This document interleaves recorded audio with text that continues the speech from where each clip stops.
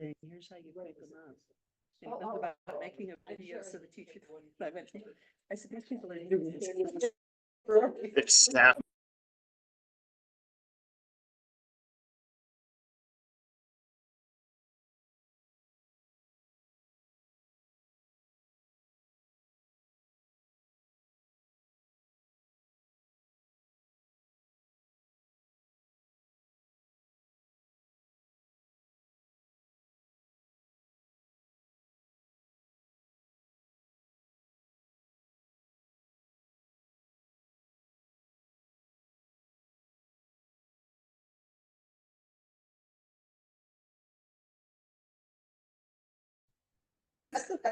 These people are doomed.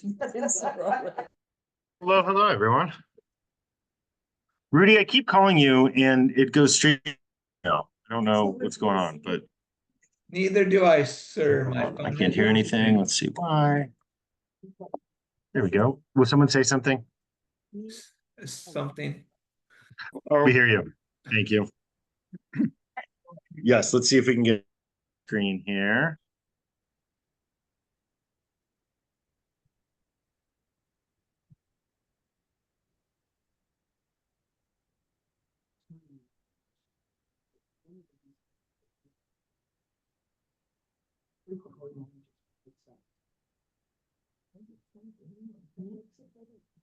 When did he call? People are watching the convention. Okay.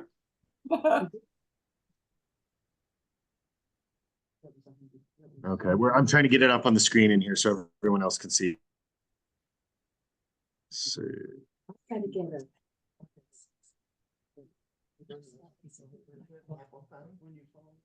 Would it fall? Somebody could get it. You have an Apple phone? Yeah. You're talking about, I have an Apple phone, but you just have an Apple. Yeah. Yeah, I have the phone. Recording in progress. No. If you have an Android, you get.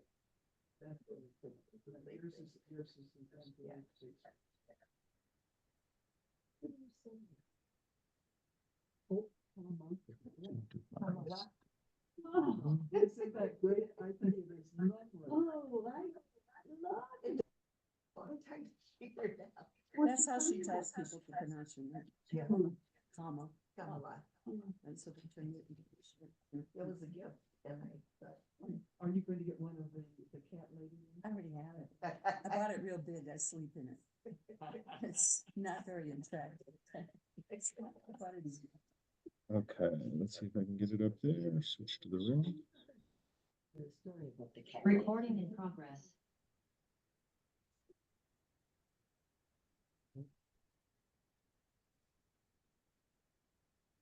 Okay, can you all hear me? Yes. And it doesn't, there's no echo, right? You just hear regular? Okay, good.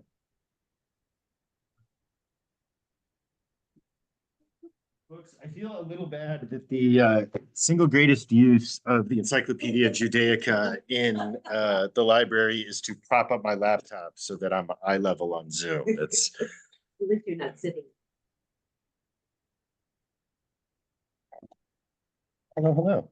Good to be. Miriam, you were joining a second time, it says. I have another notice. Oh, really? Hi, Megan from Best Buddies. How are you? Hi, how are you, Rudy? I'm doing okay.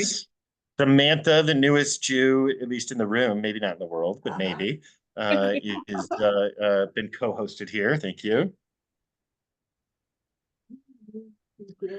Okay, let me hide myself view and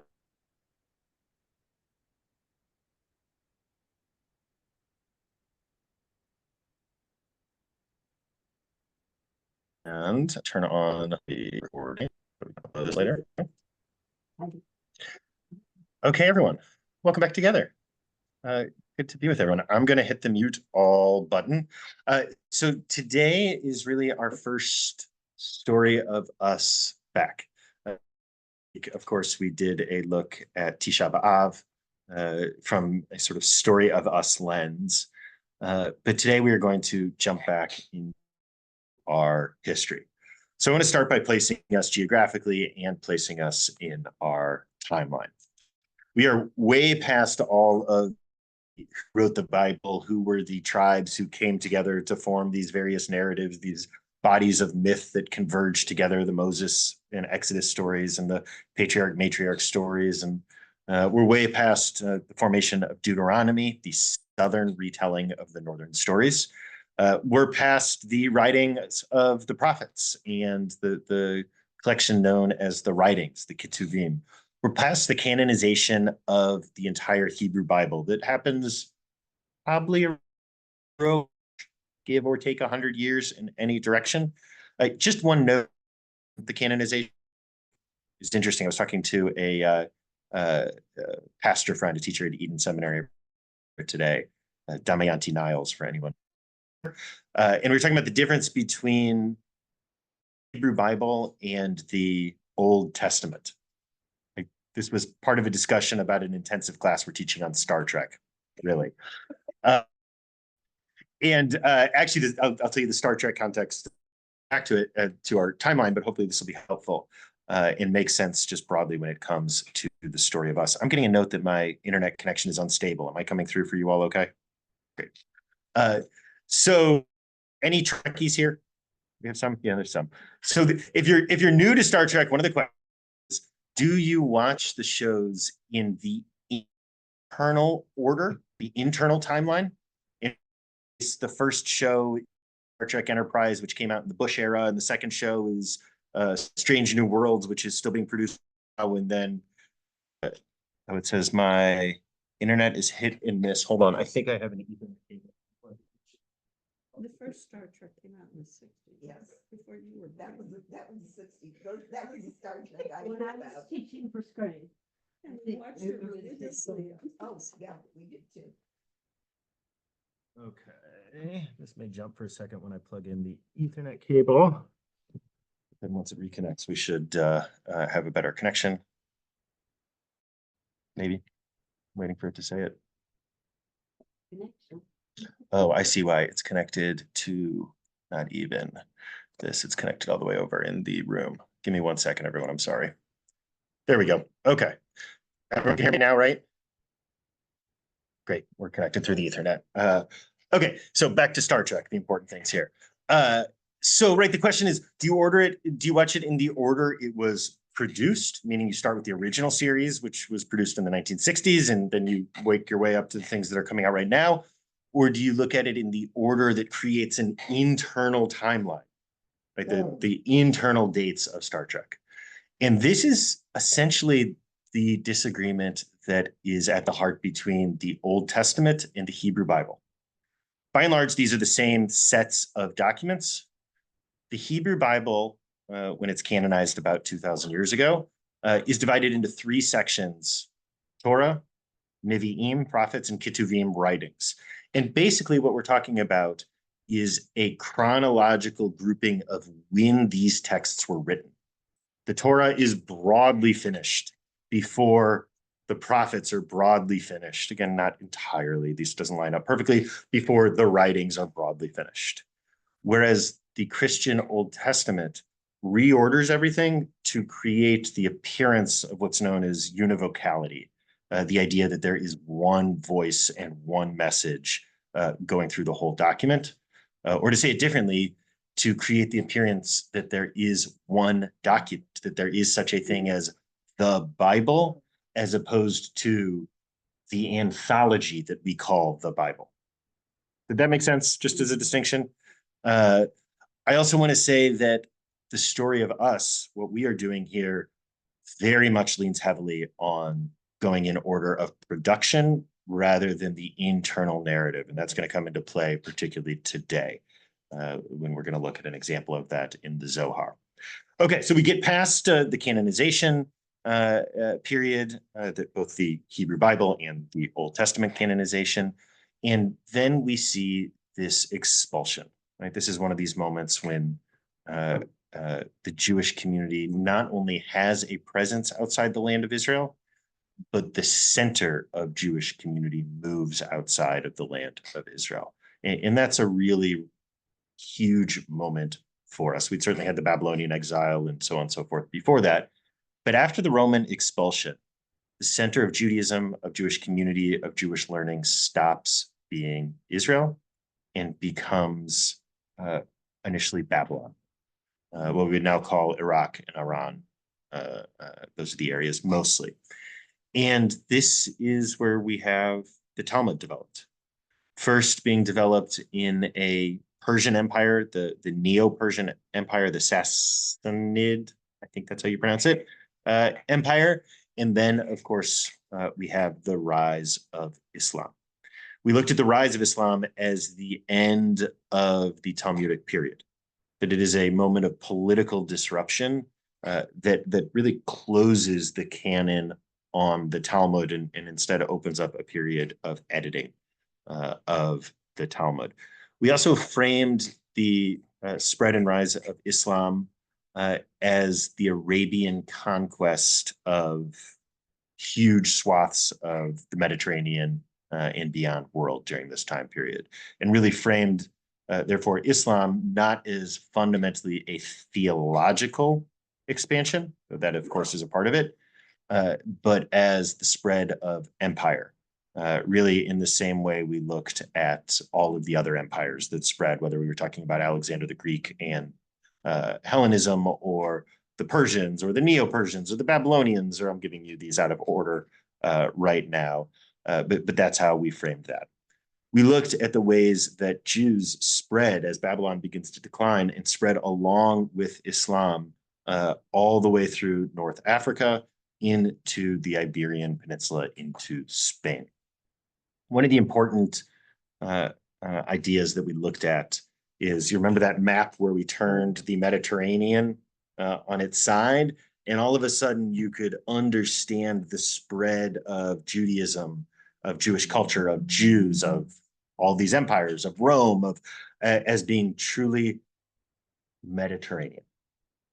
Right? It makes sense. You can get on a boat in Tel Aviv, Yafo, and head straight out until you hit northern Spain, which is just such a different way of understanding geography than I had ever thought of it. And again, you just see it by turning that map 90 degrees. So, of course, there have been Jews in Spain, we believe, since about the 2nd century. There's a tombstone in the 2nd or 3rd century that attests to the existence of Jewish culture there. But it is particularly with the rise of Islam that Jews begin to spread en masse into Spain. This is a much more tolerant society and pluralistic society than the Catholic society that it replaced, the Visigoth Catholics, who had been there previous to that. Again, let's not become, the word's not coming to me, but let's not overemphasize how pluralistic this society was. This was not a utopia that we are talking about. It was just in relative terms a much better place. Jews had dhimmi status, meaning 2nd-class citizen status, which was a lot better than, you know, all the status that we had basically throughout the Christian world up to that point. There's historical records of Jews helping the conquering Islamic armies as they come through, and being accused of being treasonous by the Visigoths, who not treated us very well. And in fact, we have, for the first time from about the year 130 until 1948, the only time where there is a Jewish army commanded by a Jew happens in Spain during this moment, which is just kind of wild to think about. So we kept moving. We looked as Spain became really the center of the Jewish world instead of Babylon, both with the political and economic upheavals over in Babylon and its impact on the community there, and with the closing of the Talmud. We dipped into the Ashkenaz for a minute and really presented it as a backwater filled with Hoosiers, to use some St. Louis slang here, and looked at Rashi, who very clearly believed that God was a person like us with a body and a left and a right, and so on and so forth. So then we came to what's known as the Golden Age of Muslim Spain. call this around the year 900 or so, lasts for about 100 years. And the golden age is a moment of ultra-rationalism. It's a moment where grammar is discovered. Now, obviously, grammar underlies languages and we understand it, but sort of the math of how languages work hadn't been written out. People hadn't talked about it. People hadn't understood it. At a core, well, let me give you just a real easy example for those who know Hebrew. The idea of a shoresh, of a three-letter root of almost any Hebrew word. Not all, but almost any Hebrew word. It is core. If you study Hebrew today, you learn this in your first however many weeks of learning Hebrew.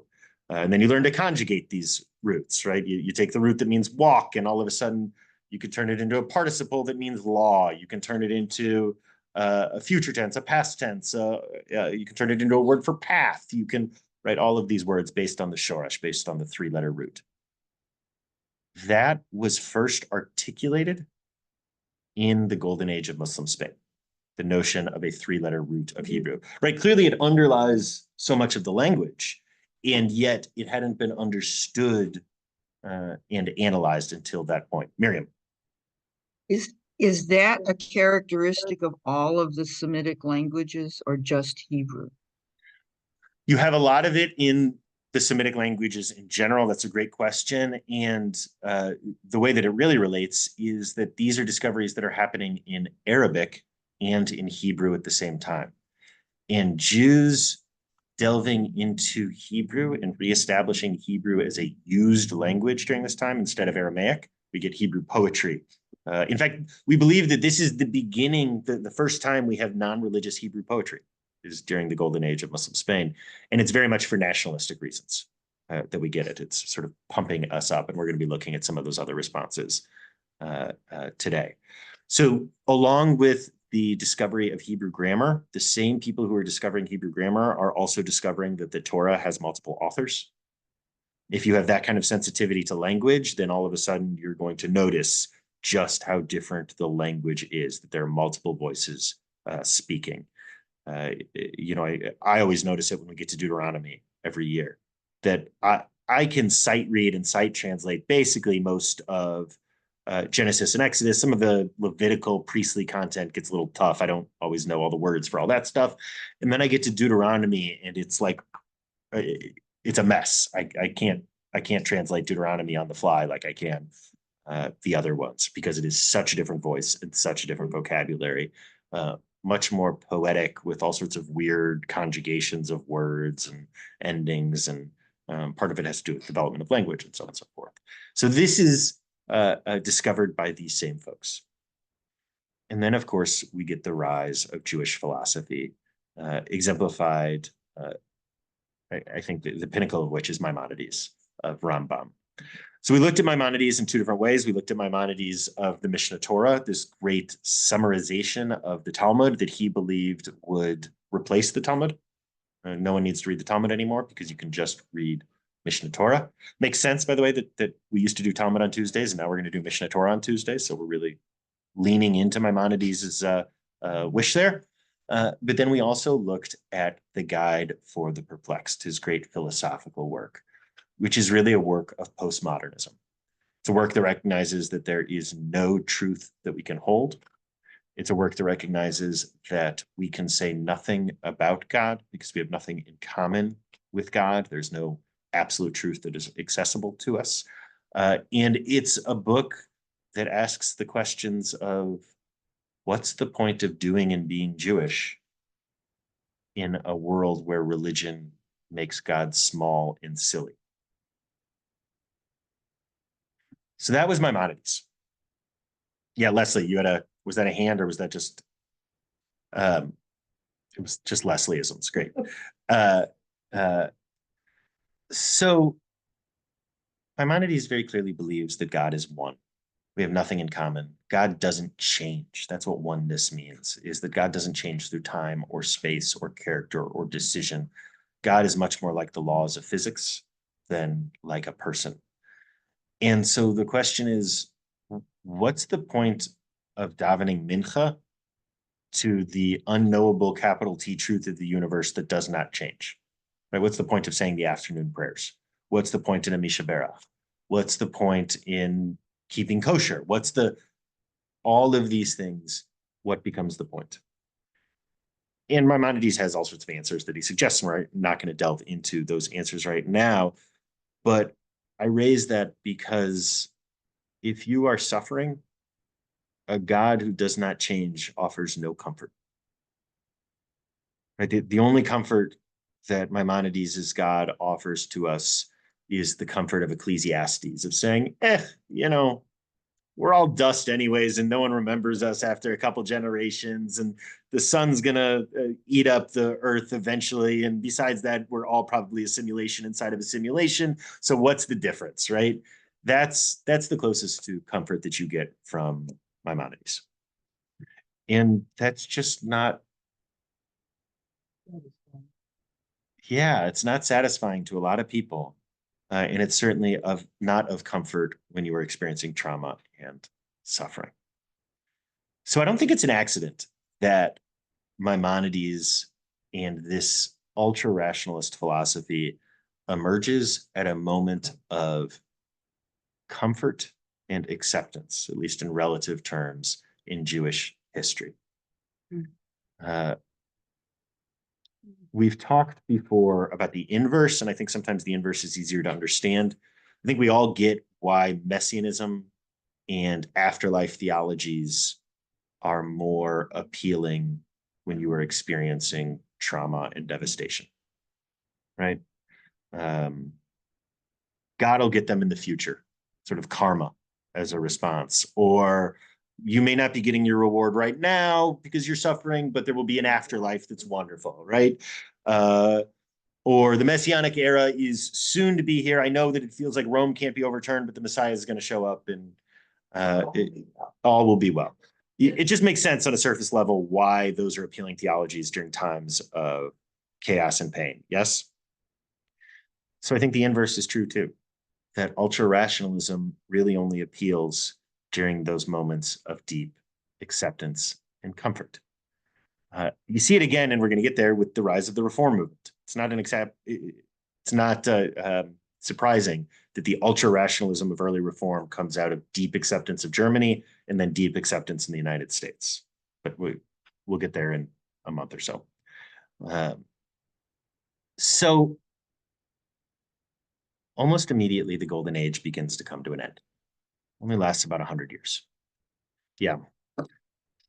We see this relatively tolerant Muslim society of the Iberian Peninsula very quickly replaced on the north by the Reconquistadors, by Catholicism, Christendom coming in to conquer this region, and from the south by a much more radical fundamentalist version of Islam that comes from Morocco.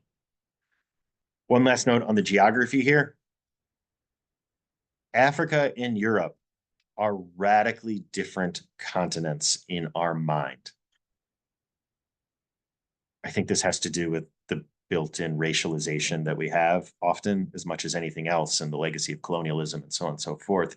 But you go ahead and look at a map, and it's very clear that to people who lived before our modern notions of racism, not that we didn't have all sorts of other ways of discriminating and hating people in the past, that Morocco and Spain are essentially the same place. North Africa and Southern Europe are just opposite sides of the Mediterranean. These are not wildly different societies and inherently different people like our modern conceptions would say. This is all the Mediterranean region that we are talking about here. So, right, the movement from Morocco to Spain is just a hop, skip, and a jump, almost literally, and is closer than most regions of France are to Spain, even as in our contemporary mental image that they're much farther apart from each other. So we see this rise of a much more fundamentalist Islam into the south of Spain and a radically fundamentalist version of Christianity coming in from the north, and it's Jews who are squeezed in the middle. So this is when you see folks like Maimonides flee to other areas of the Muslim world, sort of northeastern Africa generally, instead of the areas closer like Morocco to Spain, which are a little more radical by that point. Okay, I just want to pause. That was, we got a little bit of new content and a lot of review there. So just I want to see any questions, any comments. Does that make sense? Are we all on the same page before we jump into, today we're going to look at the decline. That was a judgy version of saying this. Today we're going to look at the rise of Jewish mysticism as it replaced the rationalism of Maimonides. I want to make sure that I've got something historically right. This 100 years with these Muslim and Arabic scholars, that's the same group that brings Greek philosophy Correct. into Western Correct. Europe. These are the same people. This is the same time period that Aristotle had been lost to essentially all of Christendom, wasn't recorded in. Eventually leading to Thomas Aquinas and all. I mean, it's a huge Yes. thing that they did. Aristotle to Maimonides to Aquinas is a direct line. They are in fact, they are quoting from each other in that order. Yep. Nice. Important point. Right. As I recall, Maimonides gained his great medical fame in Africa, did he not? He was the physician to the big shots, and that it always surprised me when I realized that.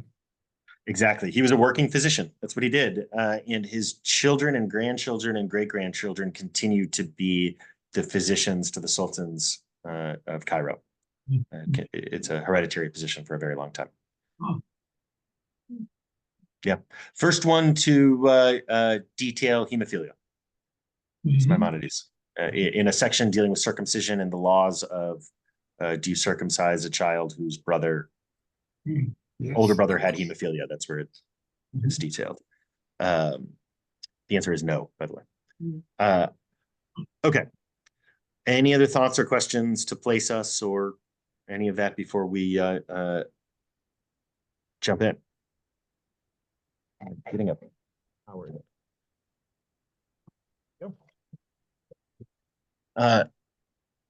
Okay. So we're going to talk about three different characters today. We're going to talk about Yehuda Halevi.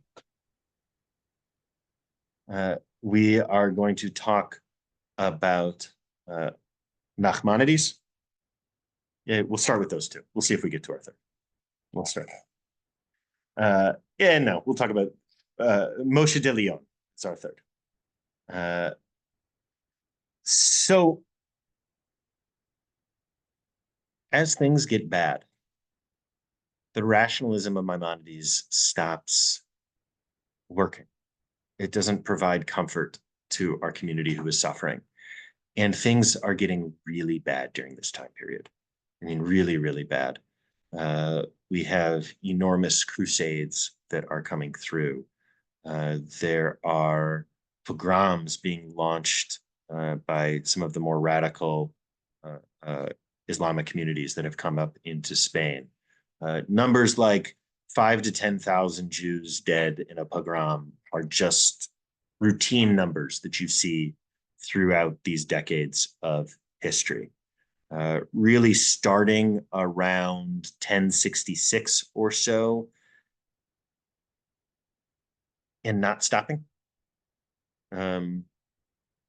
That's basically the case until 1945. That's sort of what we're seeing. One of the takeaways I hope you will get as we get towards the Holocaust is that very much, I think, in any real look at Jewish history shows that the Holocaust was not exceptional. What was exceptional about the Holocaust was how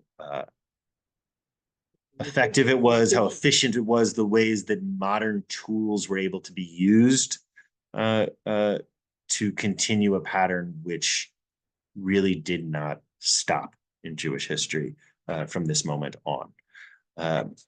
So things start getting really, really bad. And Jews are going back and forth, North Spain, Southern Spain, depending on whether things are better in the Christian world or the Muslim world. And we see a real rise in mysticism as a result of this. Let's start with Yehuda Halevi. Anyone know that name? Does that mean anything to anyone? He's a poet. He is a grammarian. He is something of a philosopher. We have poems of his that are about wine and women and sex with men. And I mean, just the whole range of experience we get from Yehuda Halevi. But his most famous work and his most influential work is known as the Kuzari. Kuzari? Kuzari. Kuzari, I think is how it's normally spelled. Oh yeah, Paul's got a copy that he's pulling off of the shelf there. Very good. So the Kuzari presents itself. First of all, it is an apologetic. It is a Jewish fantasy of power. So you'll remember a while ago we talked about the at least mythology that there was a kingdom sort of in the Turkic areas that in the 700s or so converted en masse to Judaism, or perhaps just its senior leadership converted to Judaism, or perhaps the whole thing is entirely made up and no one knows anything about it. Today, the most common reference you'll find to the Kuzari or to the Khazars is it's become a common anti-Semitic trope that you find to deny the legitimacy of Jews being Jews. I mean, first of all, not to mention that we are the ones who get to define our tribal rules, and we say that people who convert are real Jews and full Jews, and that there's no distinction anyways. But even beyond that, this is used as a mythology to say that there is no Jewish connection to ancient Israelites. That's sort of how it is used. Often today, I would say primarily today, used around Israel-Palestine discourse, as if this has anything to do with bombs being dropped, or like the silliness of it all sometimes. Yeah, there was a hand I saw. Yeah, Paul. You know, it really kind of reminds me when I was reading it and we were studying it in our book group. It was almost like the first original TED discussion. Yeah, there's a TED Talk quality to it. Yeah, absolutely. Yeah. Absolutely. So the Kuzari is, right, the idea of the Khazar myth today is primarily anti-Semitic, but 1,000 years ago, it was a Jewish fantasy. Imagine living as a Jew, besieged on all sides, and there's this story about this empire way over in the East where they all realized that Jews were right and converted, and they're so powerful that they, are holding back Christendom on one side and Islam on the other. You can see why this is an appealing fantasy. It's very similar to the, what's the Christian fantasy about the Pastor John, something John, anyways. Miriam. I'm ignorant enough about this to want to know, why is the Khazari myth anti-Semitic? It's primarily used today to say that Jews are not real Jews, that we're just Khazars, that we're the descendants the real of, Jews are gone. that the real Jews are gone, or the real Jews are Palestinians, or that the real Jews are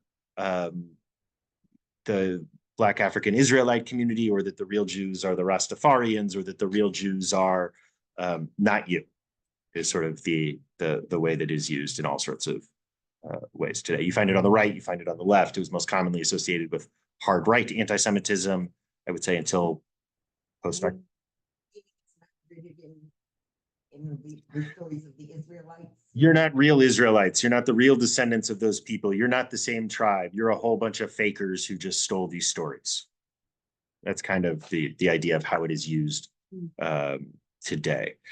What I would say is it's often related to the notion of being indigenous, and a way of saying the Jews aren't indigenous to the land of Israel, only Palestinians are indigenous. I tend to think actually the whole notion of indigeneity is racist when you dig down at it. Like I don't think there's a way to look at the notion of being indigenous that's not in the end like blood and soil. But that's neither for here nor there. Okay. So at the time 1,000 years ago, when Yehuda Halevi is writing, this is a fantasy of Jewish power at a time of powerlessness. And so Yehuda Halevi writes a philosophical apologetic for Judaism, where he imagines the Khazar king calls a Muslim leader and a Christian leader to debate which is right. So he can figure out which is the true faith and convert to it. And then all of a sudden, like by chance, there's a rabbi who's around who participates. And it is a philosophical defense of Judaism and its truth and legitimacy. Primarily, it makes the argument that Jewish history is a testament to the truth of the Jewish story. That our survival and our continued existence proves that we have God's favor, as everyone else has disappeared, even as we are punished and diminished and exiled and all.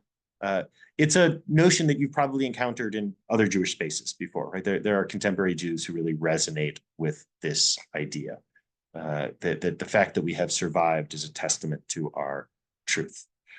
It's also a book that feels often pretty Jewish supremacist. He makes an argument that seems very rooted in almost Jewish blood being superior, that Jews are sort of a higher level. The interesting thing, of course, is that this is also a book all about a whole bunch of people converting to Judaism and becoming Jews. So it's not an essentialist in terms of that racialized notion, but it is a much more racialized notion. It is a much more Jewish supremacist notion.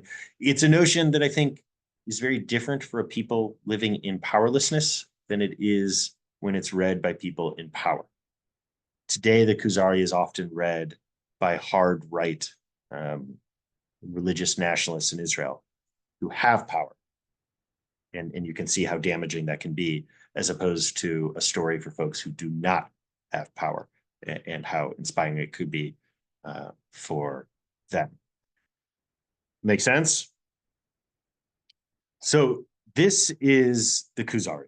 This great work of Yehuda Halevi continues to be read and studied and looked at as a core Jewish text. Do we understand how it is a product of the decline of Jewish civilization in Spain?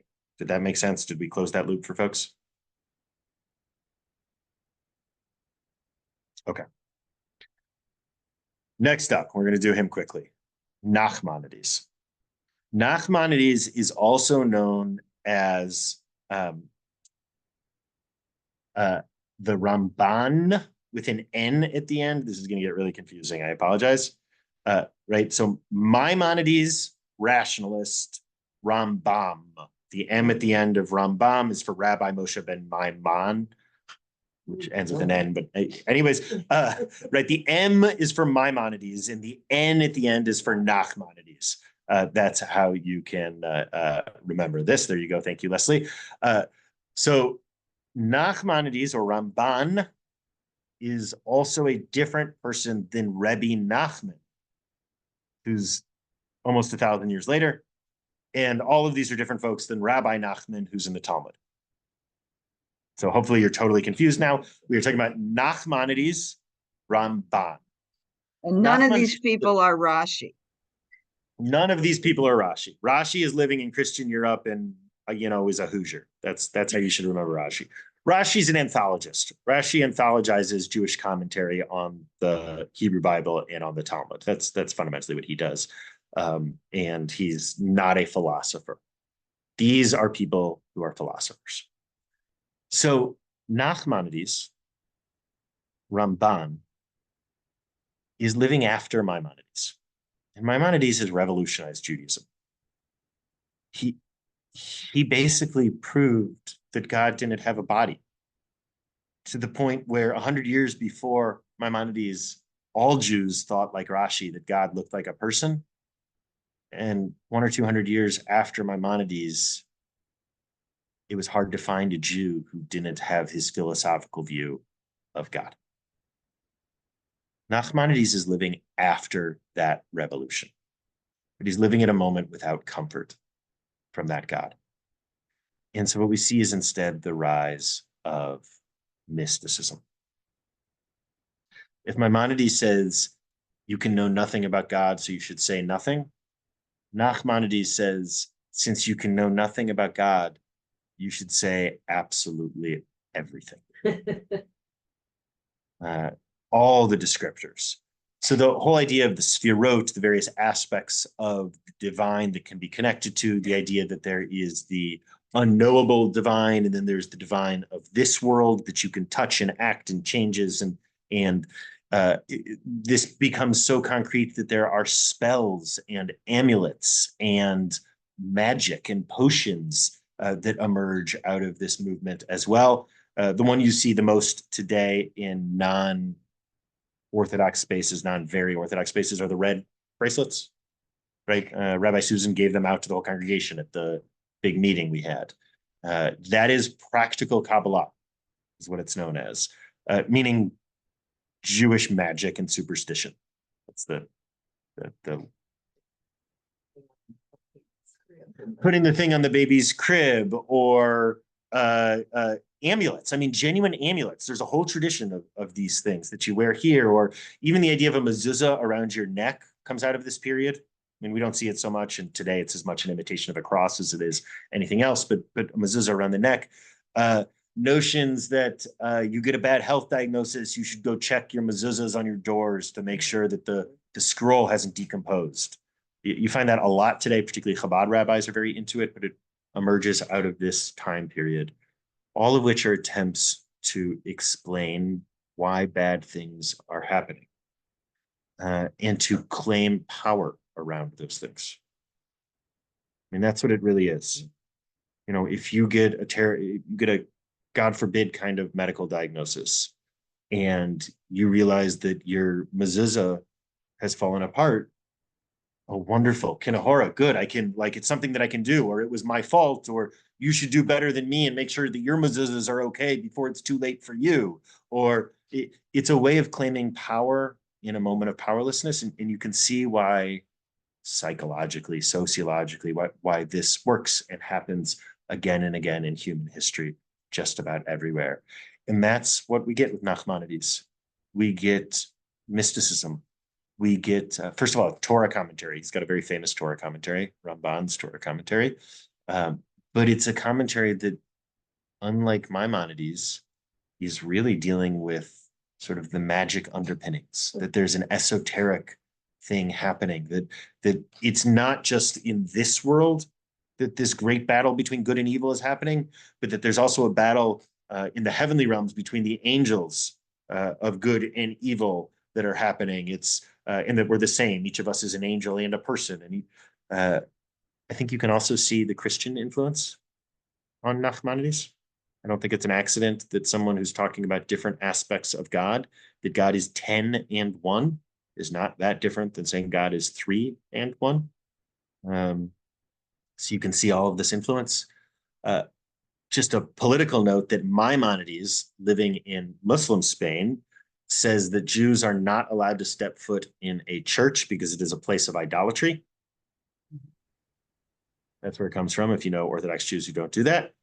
Nachmanides, living in Christian Spain, says you're not allowed to step foot in a place, in a mosque, because it's a place of idolatry. So, you know, the political influence of not getting into trouble with the bosses in town is very evident here. The Maimonides ruling about churches continues to be true. If you know Orthodox Jews, many of them will not set foot in a church. I have relatives who went to Rome and walked up to the Sistine Chapel and then left because they wouldn't set foot inside of it. So this is Nachmanides with his mysticism. Make sense? Thoughts? Yeah, Miriam. I have a question based on a class I had once it was taught by a sort of secular reform kind of a teacher who was very, very down on mysticism. and Kabbalah because it was magic. And how do we distinguish between mysticism and magic?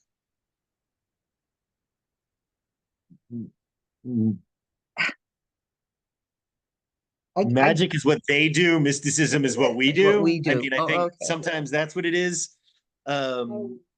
Yeah. Uh, uh, Mysticism as a definition is the idea that the actions we take here can impact the heavenly realm. That's sort of a broad definition of mysticism, if you'd like one. I don't know that that's so different than magic. I mean, again, I think a lot of times they do magic, we do mysticism. There's a lot of magic in the Torah. Oh, yeah. Oh, No, there's yeah. mysticism in the Torah. There's a Yeah. lot of magic in the other people's religions. Yeah, Larry. yeah. It's yeah. Well, By the I way, mean, Reformed turning Judaism, water of to course. wine isn't so different than the water turning red in Egypt. Yes, magic tricks. And that's Maimonides' point, by the way, is that these things are silly. Okay, good question. Good question here. You know, the other more serious answer, which is, I think, actually the exact same answer, is that mysticism is the teachings of elites and magic are the practices of the folk. Oftentimes that's the case. But again, I think that's the same thing, as I said before.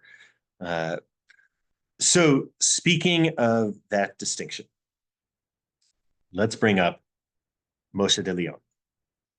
Has anyone studied Zohar before? Okay. So Moshe de Leon, living in Spain, about 100 years after Maimonides or so.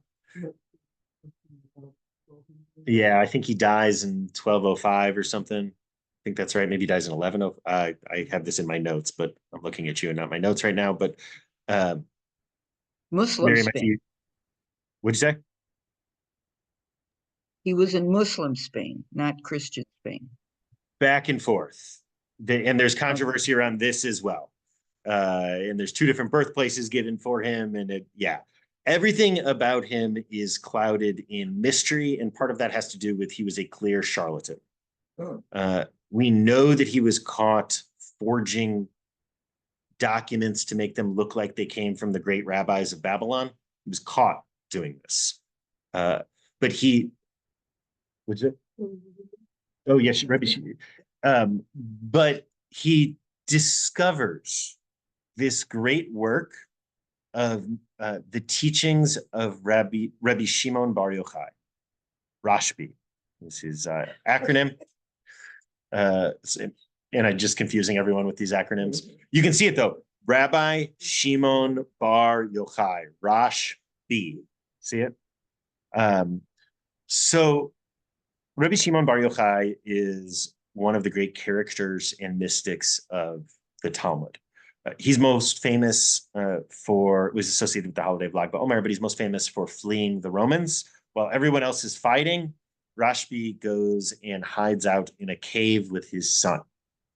And it's a famous story that I actually think is a mockery of him, but people miss that it's supposed to be a mockery of him, where he goes into the cave with his son to avoid the Romans, and they do nothing but study Torah. And there's a magic carob tree that grows and gives them all the sustenance they need. And his son sneaks off into town to get the extras every week, but they only have one set of clothes, and they can't ruin their clothes because they have nowhere to get new ones, but they need to study Torah, and you can't study Torah naked. So they bury themselves in the sand up to their necks so that they're not naked, and they study Torah so they don't destroy their clothes. I mean, all these great stories. There's stories that he learns secret incantations and goes flying around at night, and great stuff. But my favorite is he comes out of this cave after 12 or 13 years and comes out, and I think he's expecting the Romans have been looking for him and waiting for him, and that, he's the main character of the story. And instead he comes out to discover that the politics have all moved on and people are just living their lives at this point, that the war is basically over. Jewish sovereignty is done. Jewish nationalism is crushed. And he looks out and is deeply disappointed that he's not the main character anymore and that the whole world isn't just in an endless search for him. And the first thing he sees is he sees Jews farming. And it said that his contempt for the fact that these people were living regular life instead of, studying Torah was so great that lasers come from his eyes. It doesn't use the word laser, but straight beams of light that are fire. So lasers comes out of his eyes and burns up the fields and the people there. What a jerk. Jewish, space lasers right here. Exactly. What's her name? Not Lauren Boebert. She's the one in the movie theater. Marjorie Taylor Greene. Yeah. Marjorie Taylor Greene. Yeah. This comes from this. But yeah, I love this story anyways, because first of all, I think it is a deep critique of Rabbi Shimon and a deep critique of those who would say, don't engage with the world. No, this is not Moshe de Leon, but something that Moshe de Yeah. Leon- Okay. This is background. We're getting to Moshe de Leon. I promise. So anyways, Rabbi Shimon is living during the Roman era, right? For first and second centuries, common era. And Moshe de Leon living. Oh, but he's a fiction though. He was made up. The guy who was buried in sand for 13 years with laser eyes. He's made up. No, but most people think Rabbi Shimon was real.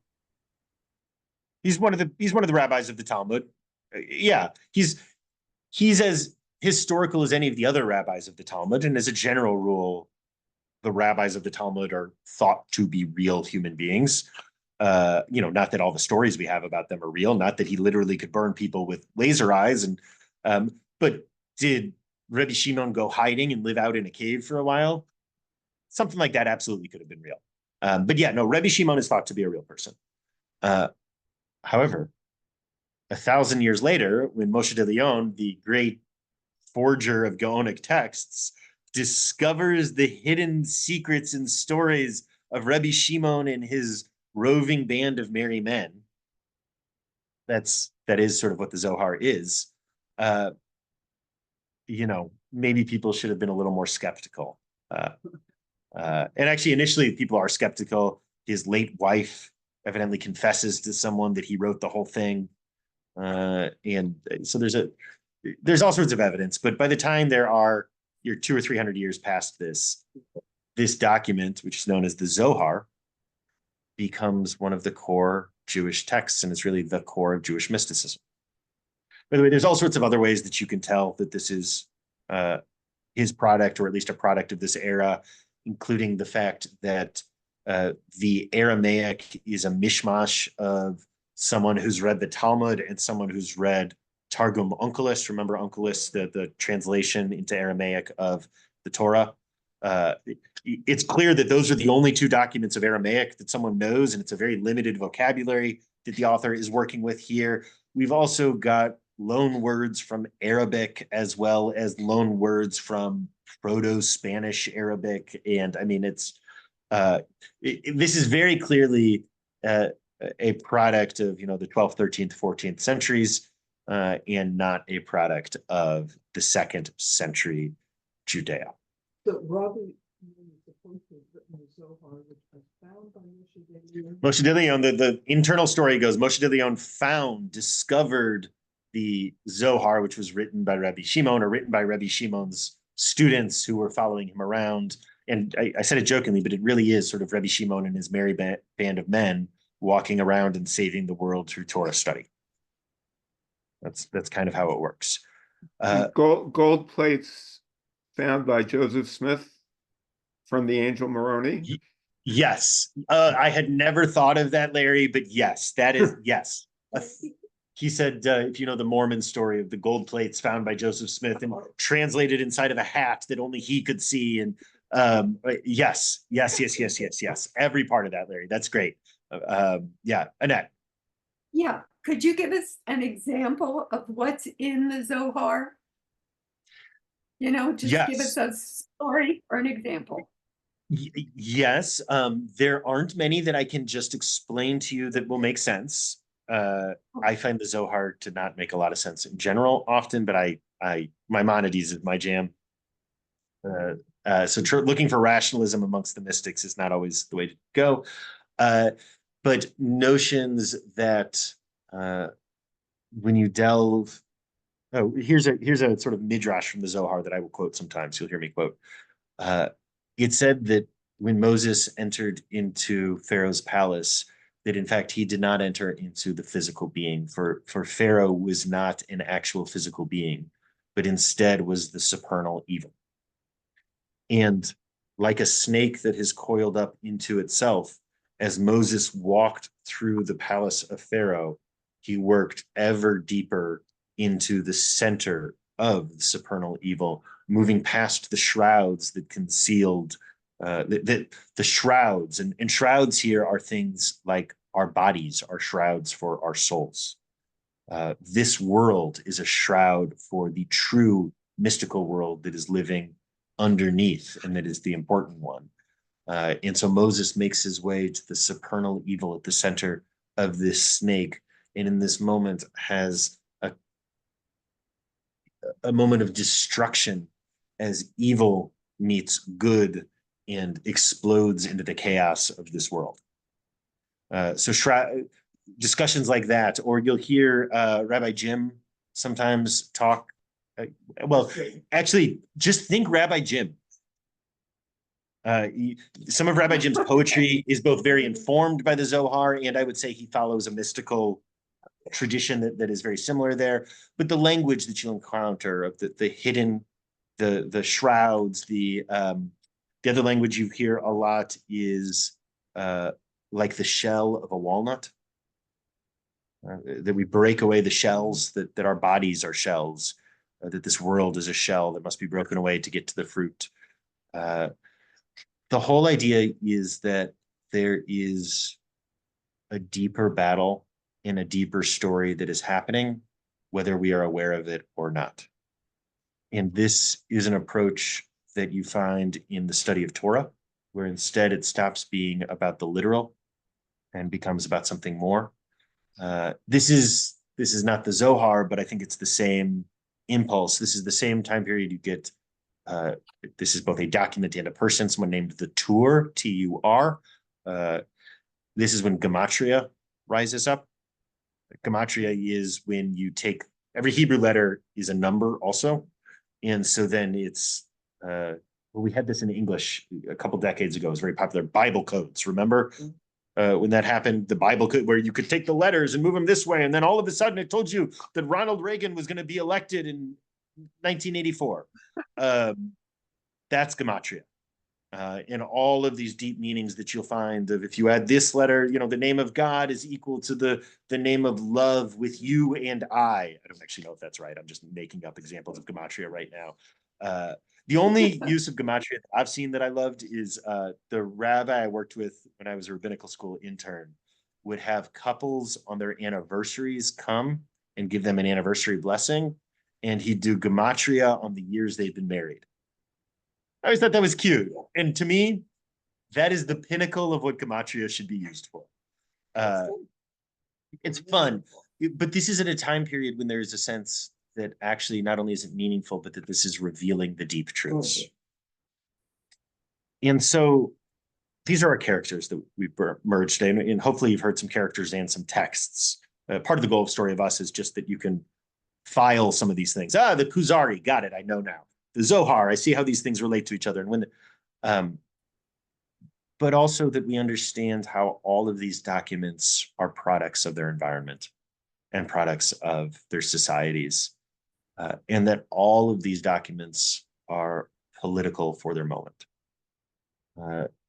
So the big takeaways for today, beyond the characters and the names, and we'll go over those again just to summarize in a moment, is that as things start getting bad for Jews, as the golden age of Muslim Spain ends, as radical Islam comes in, and then even more radical Christianity comes in, that rationalism stops being helpful to us, and mysticism and messianism and fantasies of Jewish power take hold. Let me give one more practical example, and then we will go back and just review all of our characters. The Aleinu, that we end our prayers with, right? Aleinu v'shabeach l'adon hakol. Has anyone read the translation of Aleinu ever? Next time you're in shul, read the translation. And you should know that we've omitted the problematic parts, which is radical when you look at this, because it's a fantasy that eventually everyone's going to realize we were right and show up in Jerusalem and bow down and say, your God's actually the God, your truth is actually the truth. We were wrong, you were right. You told us so. And again, this is the edited version that we're talking about. The non-edited version includes a line that says something like, we are those who do not bow down to emptiness and vanity. And if you take the first letter of each word, it spells Christian. Not Sri, I think, which is the code for Christian in the Talmud. But again, with all of these things, I think we have to understand Christians for these people were Nazis. They were our persecutors and our murderers and our rapists and our ethnic cleansers. And the nationalism of oppressed people is always different than the nationalism of powerful people. I think that's always true. Look at how folks feel and respond to Israeli nationalism and Palestinian nationalism. Again, I just think the power changes the morality of these things. So Aleinu is a prayer that comes out of this moment. It was originally just for Rosh Hashanah. And it's after the devastation of this period that the Aleinu ends up being added in at the end of every service. And it's added in for the same reason the Kuzari had as its inspiration, which is we need fantasies of power when we are powerless and being destroyed. So that's the big takeaway. This is a moment of increasing powerlessness and increasing destruction, which leads to increasing fantasies of power and mysticism and magic. Annette. One more question. If the Christians were our Nazis, what were the Muslims? Oh, I don't know how to continue that analogy. Look, until 1948, it was basically always better to be a Jew in a Muslim country than a Christian country. That shouldn't be mistaken to say that it was easy or good to be a Jew in Muslim countries. And there's a whole range of what that looks like, where eventually the Islam of Morocco and Spain becomes really intolerant, whereas the Islam of Egypt is much more accepting. But still, writ large, and again, the Christianity of no, I was going to say something, but I won't. I'll say that for a couple weeks from now.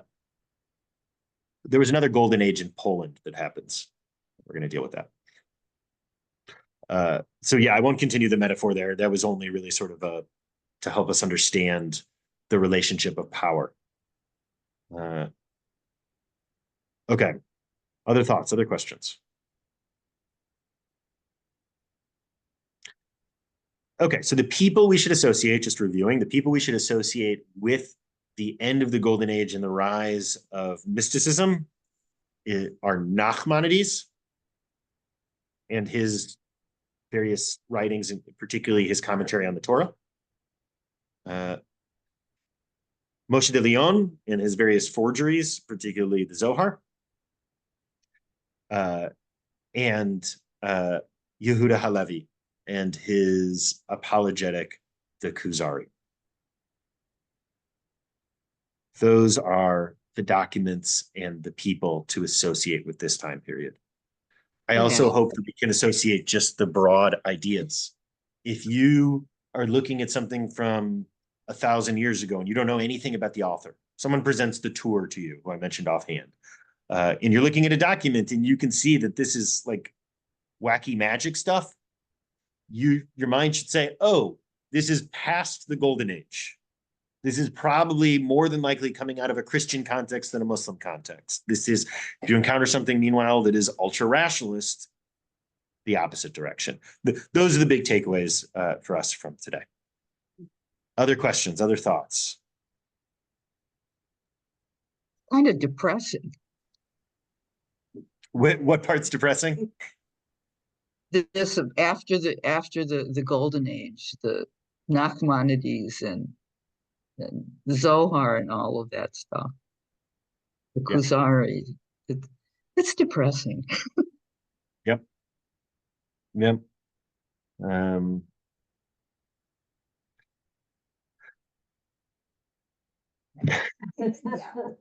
yeah, and it's a dynamic we see again and again, right? Reform Judaism emerges in response to the Golden Age in Germany and the reemergence of Orthodoxy post the Holocaust. In the 1950s, sociologists of Judaism said that there would be no more Orthodox in a generation. Now, a third of all Jewish kids in the United States are Orthodox. There are only 9% of American Jews and a third of the children. I think you can understand that through the same lens too. And there's birth rate and all those things too, but that's separate. There was another hand or question somewhere I saw. You have to cheer up. Watch the convention tonight. Watch the convention tonight. There you go. Yeah, everyone's saying you can be cheered up a little bit. Was this depressing? I didn't mean for this to be depressing today. I find this so interesting. I love this stuff. Yeah. Yeah. You know, that's the thing about Jewish history. You can look at it and say, today's not so bad. Yeah, right. Yeah. Yeah. Good to be with everyone. Well, Obama's. See y'all next week. Thank you.